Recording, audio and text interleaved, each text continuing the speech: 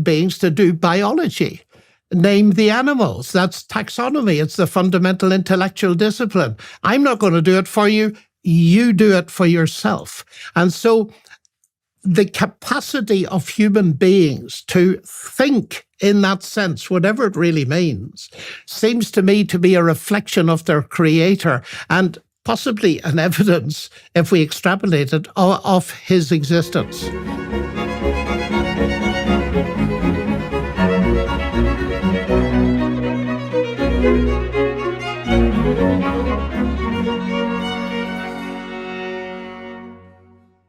Hello, everyone watching and listening. Today, I'm speaking with Dr. John Lennox, mathematician, professor, author of many books, and public intellectual. We discuss the axioms and the dangerous aims of transhumanism, the interplay between ethical faith, reason, and the empirical world that makes up the scientific endeavor, and the line between Luciferian intellectual presumption and wise, courageous exploration. So, I wanted to start by asking you your opinion on some questions that have gone through my mind recently. And there's one that's very specific, I think I'll start with, which is that, I think for a lot of my life, and certainly when I was younger, I really bought the doctrine that there was an unbridgeable gap between the scientific way of looking at the world and the Christian way of looking at the world, let's say. And that split, the apparent split between science and religion was a consequence of an incommensurate dichotomy of worldviews, and that the church had been opposed to scientific progress, at least in part because the scientific viewpoint existed in contradiction to Christian doctrine. But then, especially in recent years, in the last 10 years, I've started to understand that that was something like a French Enlightenment / rationalist propaganda campaign, and that there's the relationship between science and Christianity is much closer than I had imagined. I cottoned on to this a little bit by reading Jung, but that just as the universities developed out of the monastic tradition, the notion that the natural world was intelligible to the inquiring logos, that it had an intrinsic logic, that studying it would be beneficial to man, first of all, that it would be comprehensible and beneficial, and that was actually a kind of moral obligation, that all struck me as like axiomatic statements of faith that were predicated on the Christian tradition, that were the preconditions for the emergence of science. And, I've tried to take that idea apart over the last 3 or 4 years to see if I can find any flaws in it. But I think the evidence that the universities emerged out of the monastic tradition instead of emerging contrary to that, that's absolutely incontrovertible on every grounds you could possibly imagine. And the notion that you need to believe in the intelligibility of the world, the capability of the human logos, and the beneficial consequence of acquiring knowledge. You have to believe in all that to even get the scientific enterprise going. I also think that's incontrovertible, and that those are axioms of faith. And so I don't know if those views are in accordance with your views or what you think about that. So I'd like to hear what you think about that. This is extremely interesting to me because I never saw the tension between Christianity and science, because very early on as a teenager, I was introduced to the writings of a scientist who was a Christian, who drew my attention to something Alfred North Whitehead wrote. And it was really put in much simpler language by C.S. Lewis when he wrote, "Men became scientific because they expected law in nature, and they expected law in nature because they believed in a lawgiver." And so very early on, and I was fascinated by the idea that actually modern science is a legacy of the biblical worldview. And therefore, it's no accident that the pioneers Galileo, Kepler, Newton, Maxwell, and so on, were believers in God. And as you pointed out, it underpins the tradition that lies behind the great universities of the world, that the doctrine of creation was actually the belief, the underlying presupposition that allowed people to do science. So I've come over my life to the conclusion that science and the biblical worldview sit very comfortably together, but it's science and atheism that do not sit comfortably together, which I know is quite a controversial statement, but at least it gets discussion going. I just completed a couple of documentaries with the Daily Wire Plus crew, and one of them was in Athens and two were in Jerusalem. And we were trying to puzzle out the relationship between Greek thought and Judeo-Christian thought, most particularly the strange happenstance that the Greek idea of an intrinsic logos in the world seemed to dovetail with the Judeo-Christian idea of, you might say, of the word incarnate in the human psyche. And it seemed to me, and obviously to other observers, that there was an affinity between the Greek idea that the cosmos had an intrinsic comprehensibility and the idea that the proper orientation for human beings ethically would be one of honest communication and investigation. And those two things snapped on top of each other. And it made me think of something that I actually learned from Richard Dawkins. And I think this is a deep idea. Dawkins wrote a very influential essay where he claimed that any organism that can function in an environment has to be a microcosm of that environment. So, for example, if you were an alien biologist and you were presented with a terrestrial bird and you took the bird apart, you could infer from the bird's structure the gravitational pull of the earth, the density of the atmosphere, the chemical composition of the atmosphere, the electromagnetic frequency that the sunlight was, what would you say, most at what electromagnetic frequencies the sun's light was most amenable to vision, etc.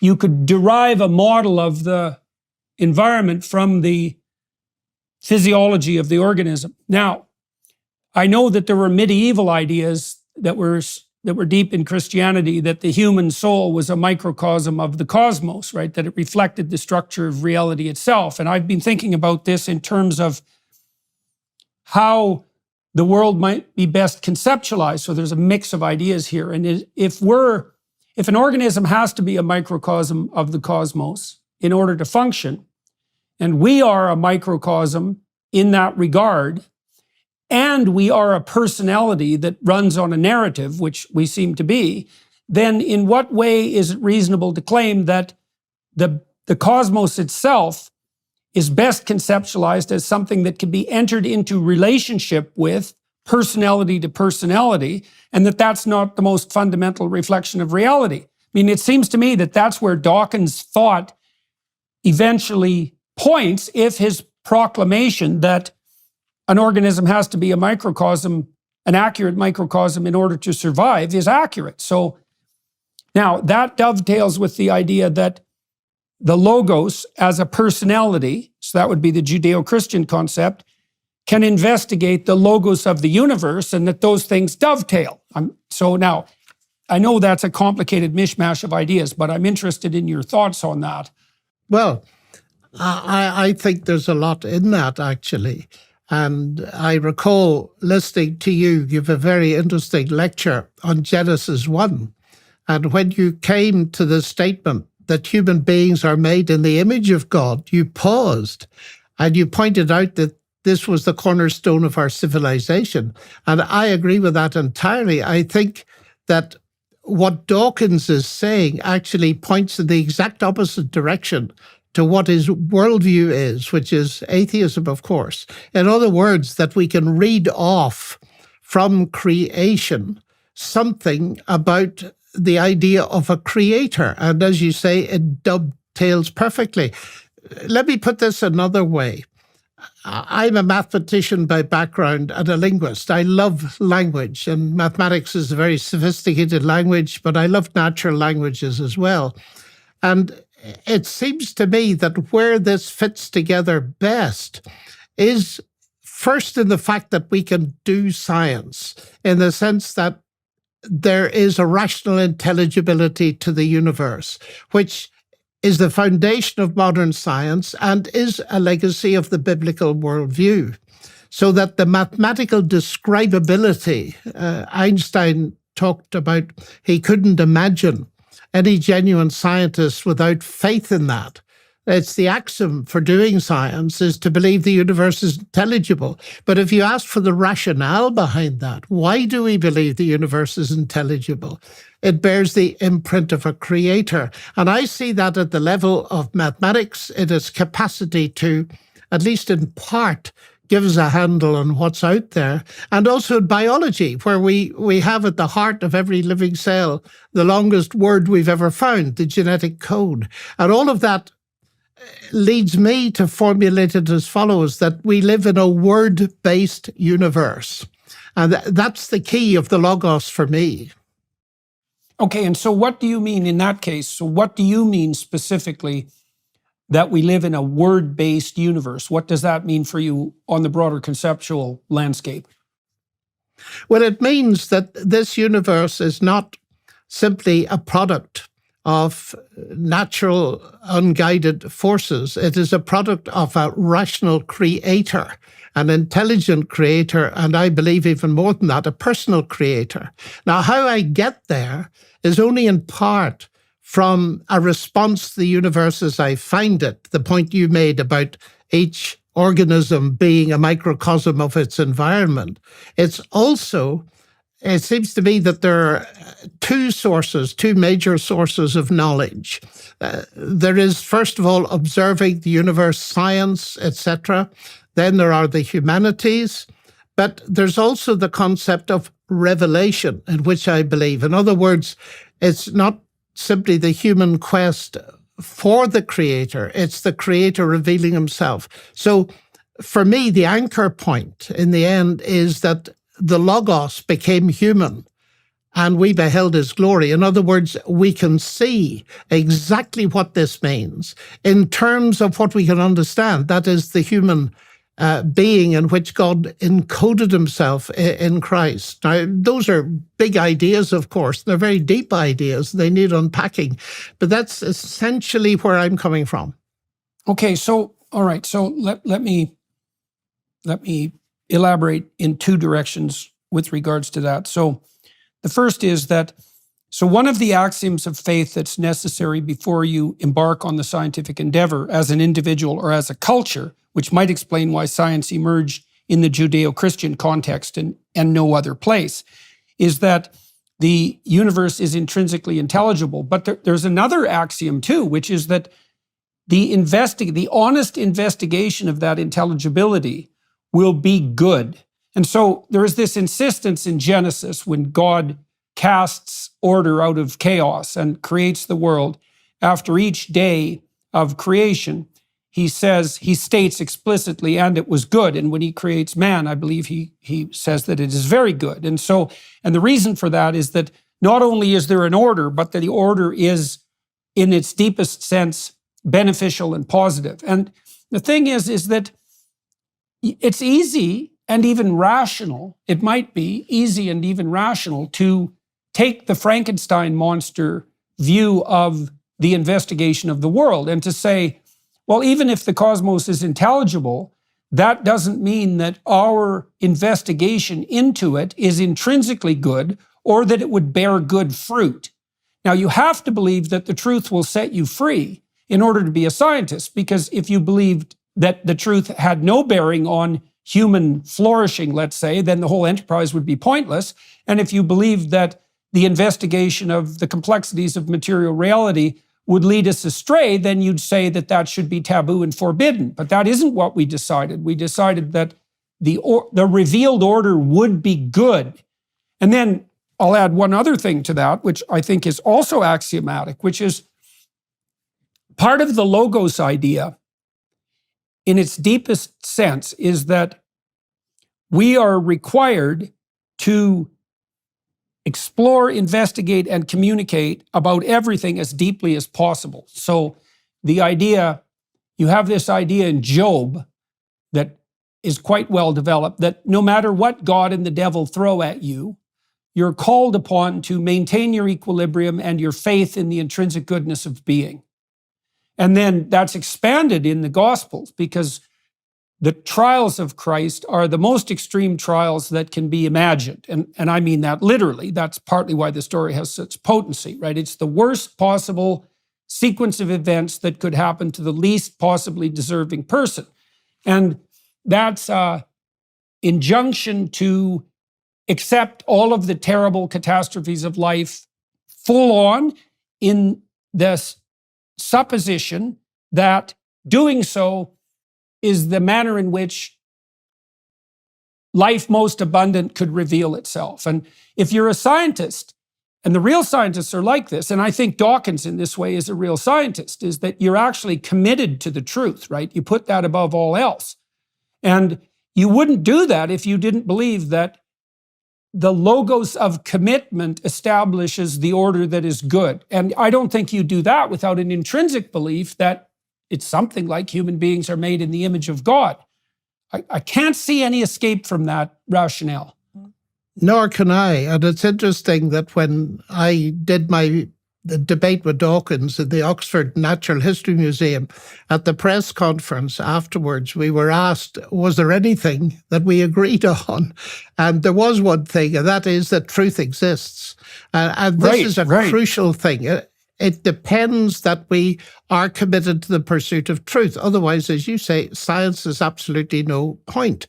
I happen to believe that truth, of course, is not simply propositional truth, but ultimately truth is a person. And that is the very deep claim. I am the way, the truth, and the life.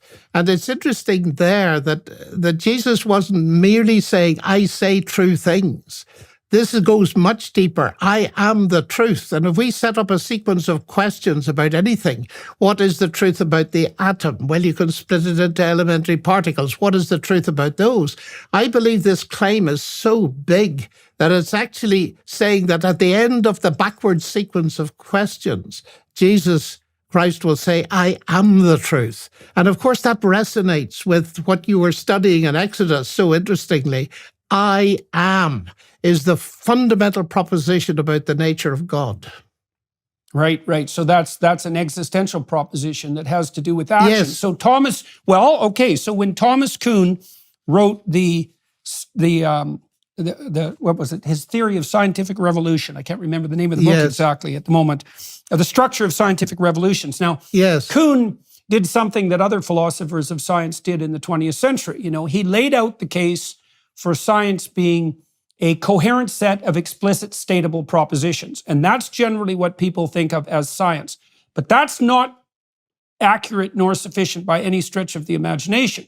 So I'll give you an example of this and we can expand on that. So my graduate supervisor, Robert Peel, was a real scientist. And what that meant was that he conducted himself in a certain way. It wasn't a matter of the things he believed explicitly. It was a matter of the way that he conducted himself, let's say as a laboratory researcher. Okay, and that conduct was oriented around a variety of ethical propositions. So he was very generous with his ideas. And what that meant was he had a lot of ideas because he would share them with his graduate students, for example, and the undergraduates, and they would respond positively. And that would reinforce the mechanism within him that generated ideas, and then ideas would flow forth more abundantly.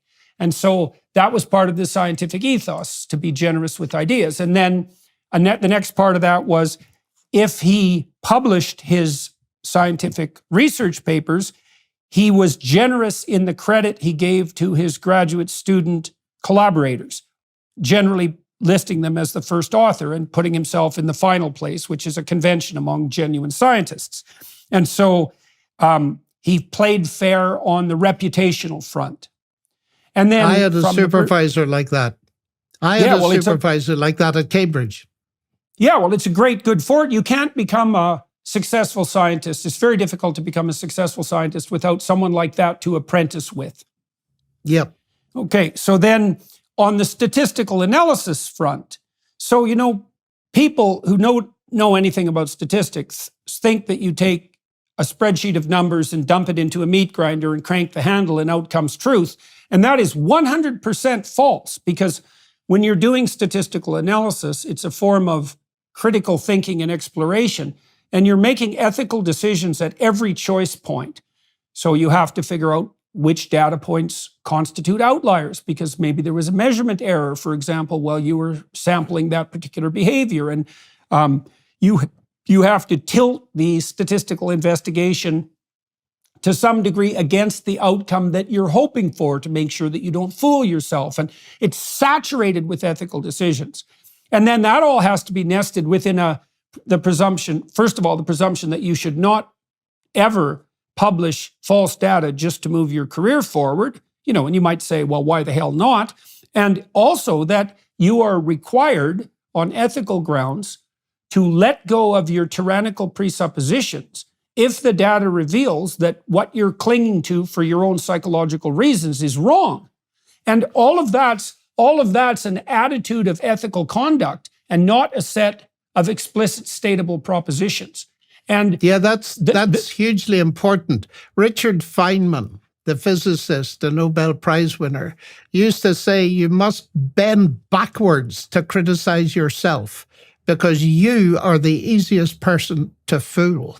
And I'm very interested in this ethical dimension because this is over and beyond the propositions and the methodology of science. I think it was Einstein who said, you may talk about the ethical foundations of science, but you cannot talk about the scientific foundations of ethics. So this is another layer in looking at the universe. It's rationally intelligible, but it's also a moral universe. And ethical presuppositions and decisions infect all of our lives, and they do affect the scientific endeavor. It's not just dispassionate observation and making conclusions and theories. There's a huge ethical dimension which raises deep questions as to what the reference point is, who said so, what are the norms behind that ethical decision-making process. Going online without ExpressVPN is like changing while leaving your window wide open. You might not have anything to hide, but why give someone random the chance to invade your privacy? When you go online without a VPN, internet service providers can see every single website you visit. They can legally sell this information without your consent to ad companies and tech giants, and then use your data to target you. When you use ExpressVPN, internet service providers cannot see your online activity. Your identity is anonymized by a secure VPN server, and your data is also encrypted for maximum protection. ExpressVPN is so easy to use. Just fire up the app and click one button to get protected. Plus, it works on all your devices, such as your phones, laptops, and even routers, so everyone who shares your Wi-Fi can be protected. Secure your online activity by visiting expressvpn.com/Jordan. That's expressvpn.com/Jordan for 3 extra months free. expressvpn.com/Jordan. Well, it also implies that the scientific truth that's truest and beneficial simultaneously is actually the conjunction, and in this Athens-Jerusalem sense, it's actually the conjunction of the intrinsic logic of the objective world making itself manifest to the truthful, penetrating psyche of the human observer. It's the interaction between those two that constitutes scientific truth, and not one or the other. And there's no getting, and what the atheist materialists would like to do is to say, well, the world of facts speaks for itself. But that's also technically untrue because there's an infinite number of facts. They're certainly not all relevant. We can drown in the plethora of facts, and we certainly will do that. And to even communicate about them or study them or even draw our attention to them, we have to prioritize and hierarchically arrange the facts. And we do that according to an ethic. And I think that is incontrovertible on scientific grounds, because we have seen the emergent realization in a whole variety of domains, AI not least, that there are facts, but those facts have to be prioritized. And you prioritize facts with an ethic. That's absolutely right. There's a deeper problem, it seems to me, with the atheist understanding of science. And that is this, that we do the science with our minds. Some people think the mind and the brain are the same. I leave that aside since you're an expert on the mind and the brain. But I often say to people, what do you do science with? I've asked many